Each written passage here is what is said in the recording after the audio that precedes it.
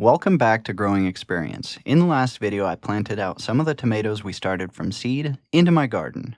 This is part 12 of our tomato seed to harvest series, and in this video I'm going to talk about how I decide whether to remove flower clusters from young tomato plants, how I prune, and we will kind of break down the differences in how we prune different kinds of tomatoes. First, let's talk about tomato plants that flower while they are about a foot tall. Certain conditions can cause tomatoes to go into flowering fairly early on in their life cycles. Under certain conditions, this may stunt the overall health and growth of the plant. If it is a dwarf or cherry tomato plant, I leave the clusters to grow unless the plants are not doing well. Maybe they're stunted, yellowing, or looking really weak, in which case I'd remove the flowers. This is a sun gold cherry tomato plant, and it is doing well, so I will leave the clusters. However, if this were a big slicing tomato like a Brandy Boy or a Sunny Boy, I would remove the clusters.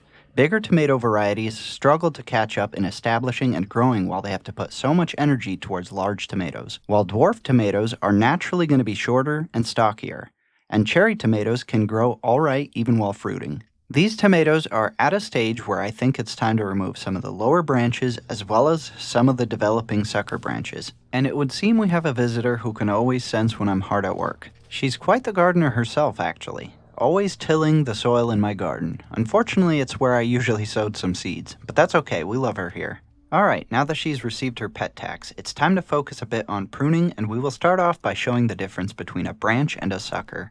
I'm going to go to a lower branch and snip off both it and the sucker, and I'm going to cut them off right about at the main stem. So here they are. You can see the sucker on the left and the branch on the right. If you still have trouble identifying the sucker, it grows at about a 45-degree angle between the stem and the branch. I remove all the lowest branches and suckers off of all my tomato plants to avoid soil-borne diseases through soil splash. When it rains hard, the raindrops splatter soil on the lower branches of the plants and create a perfect environment for diseases, so removing them can really help prevent problems later on. Outside of the lower branches, I prune most of the suckers off of my indeterminate tomatoes to encourage vertical growth. I do eventually allow 3 or 4 main stems to develop, and it has worked very well with my previous support system. This season, I'm going to do maybe 2 or 3 main stems and string them to a new support system to try and take more advantage of vertical space, and I'll show that off in a future update video. With determinates, I remove the lower branches and suckers, but I allow them to get a lot more main stems. Determinate tomatoes send out a determined number of shoots or suckers, set fruit, and ripen in a short time frame before going into decline, so the less suckers you remove from them, the higher the potential yield. I treat semi-determinates just like I would an indeterminate, but I might leave an extra couple suckers to become main stems. How you prune indeterminates is really kind of based on how you plan on supporting the plants and what kind of spacing you want to keep them at. You technically can single stem tomatoes and grow them for vertical space like companies do in greenhouses, but then again you can also grow them more like a vine or a bush. It'll be completely dependent on your personal situation.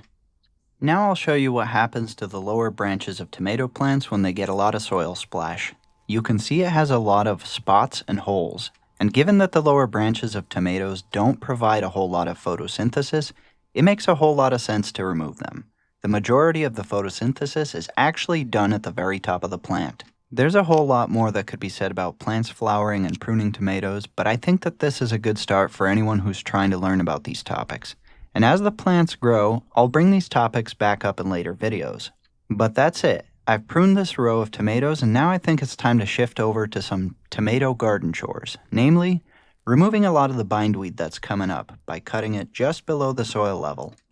This tool is a type of scuffle hoe that is called a stirrup hoe, though it has many names, and it is my favorite weeding tool. Scuffle hoes are hoes that are designed to cut weeds just below the soil level. If used regularly, it makes weeding very, very easy.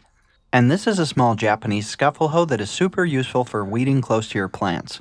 I really love both these tools, and both will be linked in the description and are in my Amazon storefront. This weeding is super important to stay on top of because bindweed will climb my tomatoes and rob its precious nutrients. And once bindweed gets out of control, it's very difficult to get back under control. I was plagued by this invader all last season, and I intend on not having to do that again this season. But that's going to have to be it for part 12 of this series, and given that we just got the plants into the ground, there will be a lot more to show you guys in the upcoming episodes.